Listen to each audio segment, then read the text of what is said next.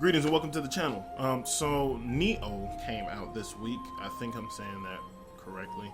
And it is kind of a blend of Onimusha and the Souls games, which the Souls games have kind of created their own genre. I don't know what it would be called, but like Demon Souls, the Dark Souls titles, and Bloodborne are all of that same vein. And we have Neo now, which when I first saw some footage of this game, it definitely reminded me of Onimusha, and then when we saw the combat, it put me in the same mindset of Souls. So I got my hands on it now, and it definitely, that line of thinking was definitely spot on. There are elements from both that are clearly influenced by the individual franchises. It is, keep in mind this is an alpha demo, so it's not extremely polished just yet. The movement is a little off-putting to a degree. That may be because I'm very used to the Souls games and how fluid they are. This can be a bit stiff, which in a game where you have to be very cautious and alert and move really quickly or you'll die really fast, that's going to be a strike against it if it's not fixed by the time the full game comes out. But like I said, this is just the alpha. They have plenty of time to fix these small things. The inventory system, as far as combat goes, you're going to have a sword, which you can use in multiple stances, low, high, and mid, which low is quick, mid is a balance, and high is very strong. One thing that jumped out to me initially with this game is that they are not generous with stamina. I don't know how that will be affected late into the game. There's definitely an upgrade system for your abilities, but as it stands when you start that game off, you have to really manage your attacks and your dodges because you're extremely limited in what you can do in a string of attacks, or string of movements rather.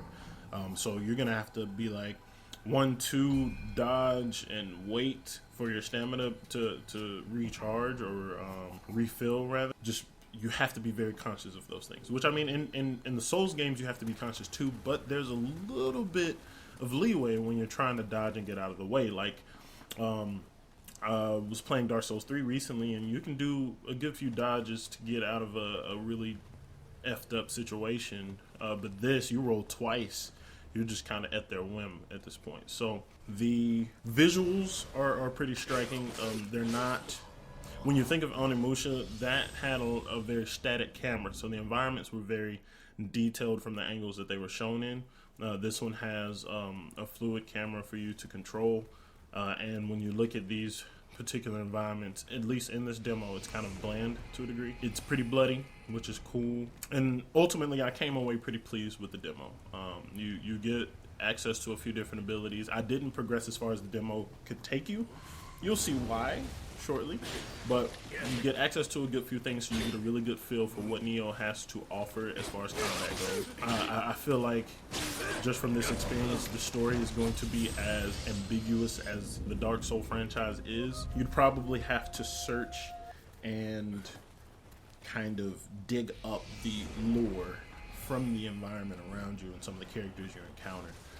I noticed that there's a pretty cool thing when you pick up the different souls. I don't know if this is exclusive just to tutorials, but you'll hear voices when you pick them up. So there's kind of a hint that there's a life tied to the souls that you're picking up in that area.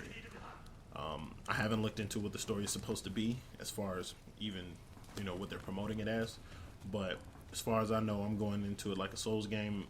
I'm going to die a ton of times, and you're going to ultimately get better at this game and become more skilled. So I don't know if you follow me on social networks, but I have a lot of things that are changing and a lot of new things coming up. One of them is the Not for Critics Network. Now I'm going to talk to you a little bit about that, but while I'm doing so, you're going to see kind of the greatest hits of me dying in Neo, and it happens a few times and in very interesting ways. I totally thought I was getting better at the game at one point, and I was humbled very swiftly. So, Not for Critics Network.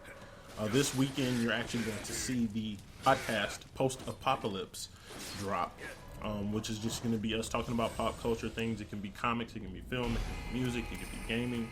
It's going to be all across the gamut there. And we also are going to be doing Let's Plays. which the first one we did is Dark Souls 3, so you'll get to see me fail horrendously in that. Myself, Profex, Russell, and Hunter were the people that played.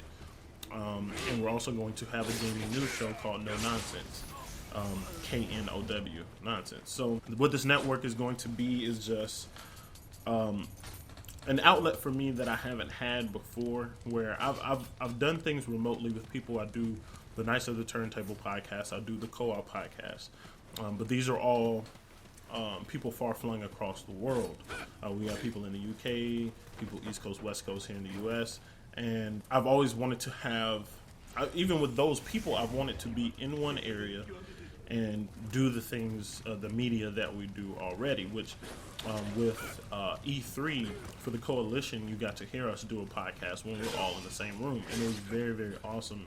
It was a very awesome experience to have, and I wanted to have content that is strictly local, something that I can get up and I can go to this place with this person and we get these things done. We can have a cameraman and everything, and a person doing the interviews.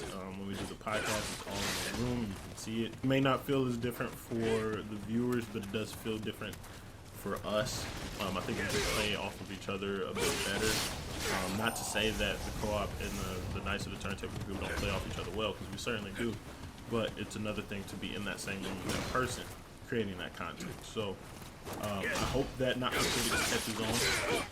We have a lot of things that we want to do with that channel, including skits, which will be happening monthly, most likely. That one kind of comes as we come up with the ideas. On a strict schedule, but the other things will be fitting into a schedule. Right now, we're kind of just going with the flow as people's schedules open up. So we've got the 2 things coming out this week, and we got another thing next week. So somewhere on the screen, I'm going to post the link to that channel so you can go and subscribe.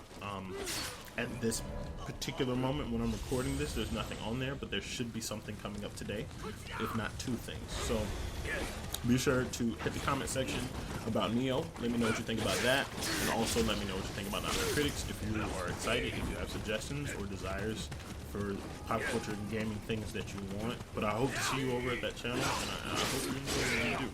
I'll catch you on the flip side. Peace out.